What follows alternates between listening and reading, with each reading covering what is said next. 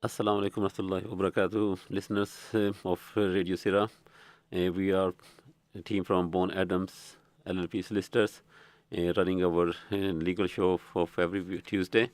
And in order to listen to this Radio Seerah, you need to tune in 1575 medium waves. And my name is Manwar. I'm Manwar Ishaq, and I'm one of the partners who deals with immigration matters. And also with me is my colleague, Ms. Geet Kaur.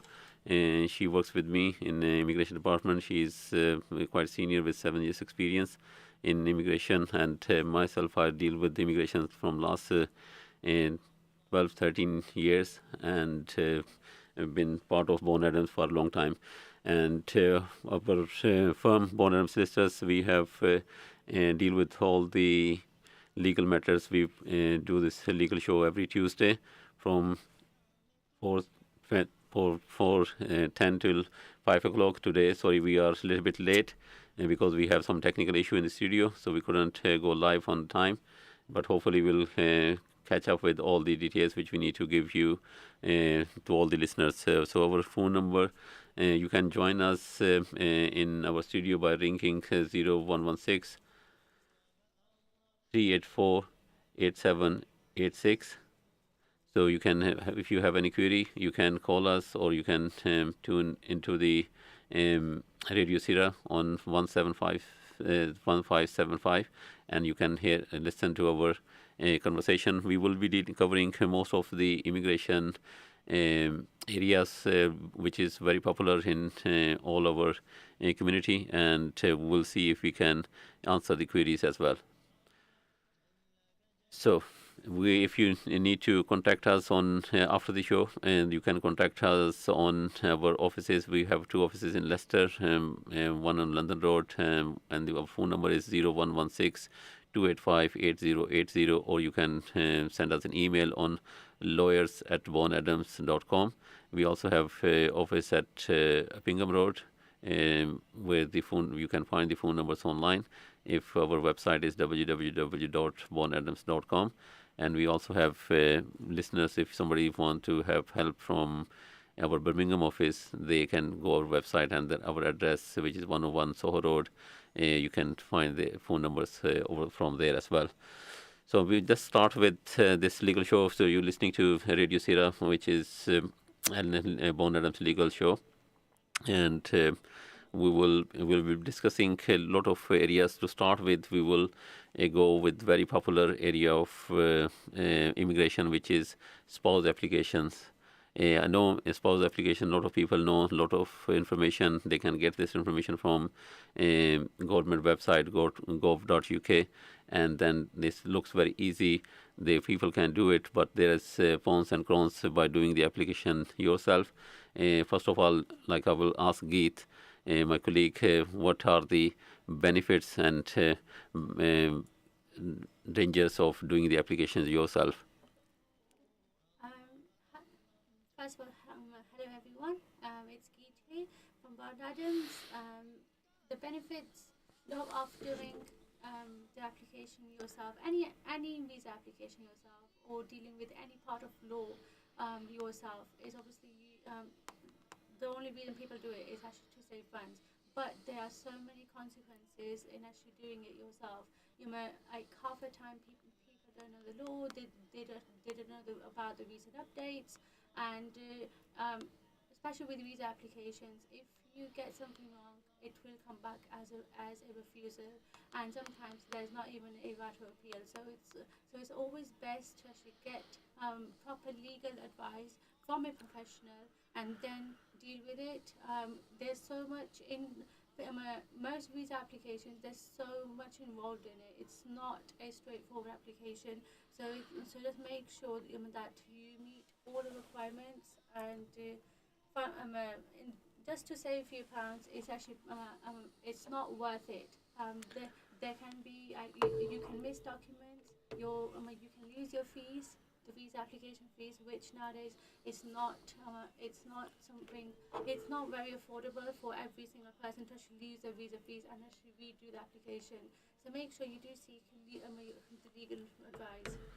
Thank you very much, Geet, giving us advantages and disadvantages of DIY, do it yourself. So, if you briefly explain to us what are the steps involved and what are the requirements of doing a successful application, spouse application, and how, in layman's terms, what information um, a client needs to provide to Home Office, and if they want to do it themselves or if they go to through a solicitor, of course, solicitor will explain to them what are the requirements. But somebody like before they go to solicitor, if they can do some homework and then get the information ready, so when they go to any legal representative, they can provide this information readily available to solicitor to save their time and solicitor's time and get application done quickly. So what you suggest, what are the requirements they need to fulfill before they embark on any application? Yes, certainly, Manava. Spouse visa is very, very, very common within our community. One of the main requirements I'll start off with is that they have to be legally married. The legal age to get married is 18. You must be legally married, have a marriage certificate. One of the biggest requirements is financial requirement. There's many ways to meet the financial requirement depending on your personal circumstances. You can be employed, and there is a threshold which you have to meet, 18,600. I was coming to that. So, is there any threshold they have to meet in terms of financial requirements? Yes, Manawa, there is a 18,600 financial requirement threshold to meet, which basically means that your gross income should be 18,600. Obviously, it depends. If you also have children back home, then the threshold is slightly higher. So it's best. It all depends on circumstances, but just to sponsor your spouse over is 18,600, which can be met through employment. It can be met through non-employment income. It can be met through savings. I'm going to interrupt you there, Geet. When you said non-employment, so what in that includes? It can include rental income. Okay. Right. It can include income from dividends. That's good. Okay. And then there's also you can also meet the requirements by cash savings. Very good. And if you're self-employed, obviously you need to show a lot more documentations. So it's down to as long as you can show 18,600 requirement, the way the route that you follow to show that requirement, it all depends on your personal circumstances. And apart from financial circumstances, you have to show accommodation.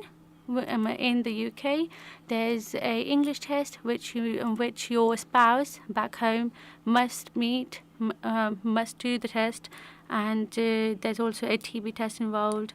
And then there's also you have to show that you have to provide evidence of your communication and contact with your spouse to show that the marriage is genuine and subsisting. Well, thank you very much, Geet. It was very detailed information you provided regarding the spouse application. As listeners, you are listening to Radio Seerah and Bon Adams Solicitors Legal Clinic show. You can tune in if somebody has just joined this radio, so you can we are just running a legal clinic from Bon Adams Solicitors, which is a full service law firm. We have 4 offices around the England and 2 offices in Leicester, 1 office in Birmingham, and 101 Soho Road, and 1 office in Aldershot, Guildford area. And we are discussing how you can make a spouse application and what are the dangers involved in doing it yourself, and what are the benefits of getting legal representative involved in the application. So we deal with all kind of immigration applications, personal immigration, business immigration, and all kind of immigration services, which is very commonly inquired about in our community. So we are gonna head towards a short commercial break because we've been told we need to run their commercial ads as well, our sponsors. So we are listening to Radio Seerah, and we'll get back to you as soon as possible, as soon the advert show is over. Thank you.